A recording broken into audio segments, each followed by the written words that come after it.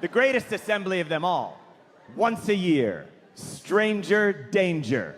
Yeah, the hottest ticket in town. The Bruno Mars of assemblies. You are gathered together as a school, and you are told never to talk to an adult that you don't know. And you are told this by an adult that you don't know. We had the same stranger danger speaker every year when I was a kid. His name was Detective J.J. Bittenbinder. Go ahead and laugh. His name is ridiculous. That was his name. It was J.J. Bittenbinder. He was from the Chicago Police Department. He was a child homicide expert. And, oh, geez. Very sorry, Radio City. Did that make you uncomfortable? Well, guess what? You're adults, and he's not even here. So try being 7 years old, and you're sitting 5 feet away from him. He's still got blood on his shoes. And he's looking at you in the eye to tell you for the first time in your very young life that some adults find you incredibly attractive. And they may just have to kill you over it. Okay, c'est la vie. Go be kids. Go have fun. Bittenbinder came every year. By the way, Detective J.J. Bittenbinder wore 3-piece suits. He also wore a pocket watch. 2 years in a row, he wore a cowboy hat. He also had a huge handlebar mustache. None of that matters, but it's important to me that you know that. He did not look like his job description. He looked like he should be the conductor on a locomotive powered by confetti, but instead he made his living in murder. He was the weirdest goddamn person I ever saw in my entire life. He was a man most acquainted with misery. He could look at a child and guess the price of their coffin. That line never gets a laugh, but once you write it, it stays in the act forever. So Bittenbinder came every year with a program to teach us about the violent world waiting for us outside the school gym. And that program was called Street Smarts. Time for Street Smarts with Detective J.J. Bittenbinder. Shut up, you're all gonna die. Street Smarts. That was the general tone. He would give us tips to deal with crime. I will share some of the tips with you this evening. Okay, tip number 1, Street Smarts. Let's say a guy pulls a knife on you to mug you, because you remember the scourge of muggings when you were in 2nd and 3rd grade. You know how a mugger thinks, man, I need cash for drugs right now. Hey, maybe that 8-year-old with the goddamn Aladdin wallet that only has blank photo laminate pages in it will be able to help. Let's say a guy pulls a knife on you to mug you. What do? You go fumbling for your wallet, and you go fumbling for your wallet. Well, in that split second, that's when he's gonna stab you. So here's what you do. You kids get yourselves a money clip, okay? You can get these at any haberdashery. You put a $50 bill in the money clip. Then, when a guy flashes a blade, you go, you want my money? Go get it. Then you run the other direction. And our teachers were like, write that down. We're like, buy a money clip? Engraved, question mark? You go home to your parents, hey, Dad, can I have a silver money clip with a $50 bill in it, please?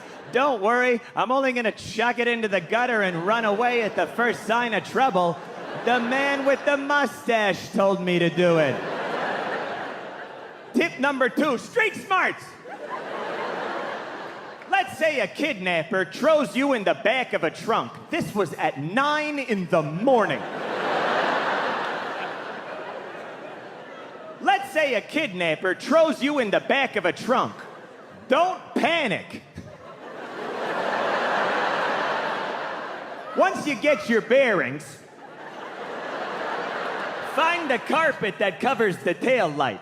Peel back the carpet, make a fist, punch the tail light out the back of the car, thus creating a hole in the back of the automobile. Then stick your little hand out and wave to oncoming motorists to let them know that something hinky is going on. Can you imagine driving behind that?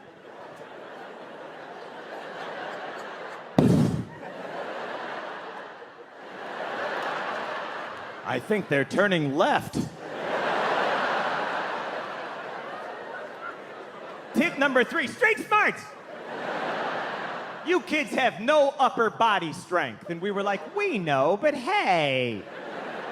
If some guy tries to grab you, you can't fight him with fists. So here's what you do. You kids fall down on your back and you kick upward at him. That'll throw him off his rhythm. That was a big thing with Bittenbinder, was throwing pedophiles off their rhythm. He's not gonna know how to fight back with 2 little sneakers coming at him. If the Lindbergh baby had steel-toe boots, he'd still be alive today. Street smarts. Yeah, he was not a spoonful of sugar helps the medicine go down kind of guy. He was more like, brush your teeth. Now, boom, orange juice. That's life. Bittenbinder, he didn't want us to not get kidnapped. He wanted us to almost get kidnapped. And then fight the guy off using weird psych-out backroom Chicago violence. Like, here's what he wanted to see on the news. Like, we're here with 7-year-old John Mulaney, who fended off a kidnapper earlier today. How did you do it, John? Well, thank you for asking. I used the Bittenbinder method. When I saw the perp approaching, I chewed up a tab of Alka-Seltzer I carry with me at all times. This created a foaming at the mouth appearance that made it look like I had rabies. Now I've thrown him off his rhythm. Then I reach into his jacket pocket where I had planted a gram of coke and I went, whoa, what the fuck is this?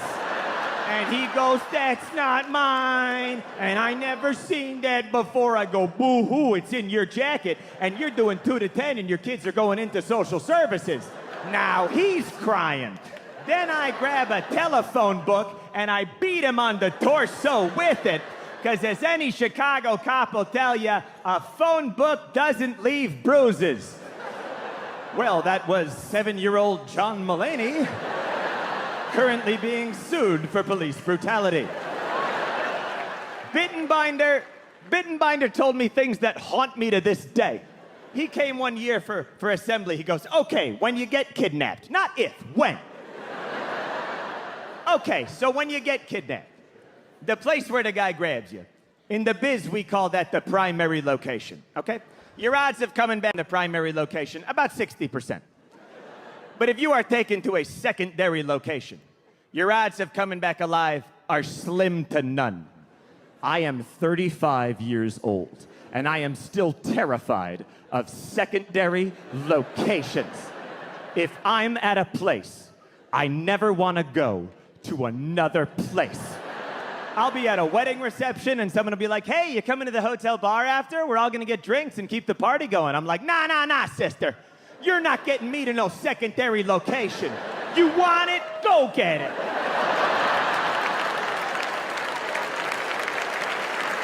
Street smarts. Stay alert out there.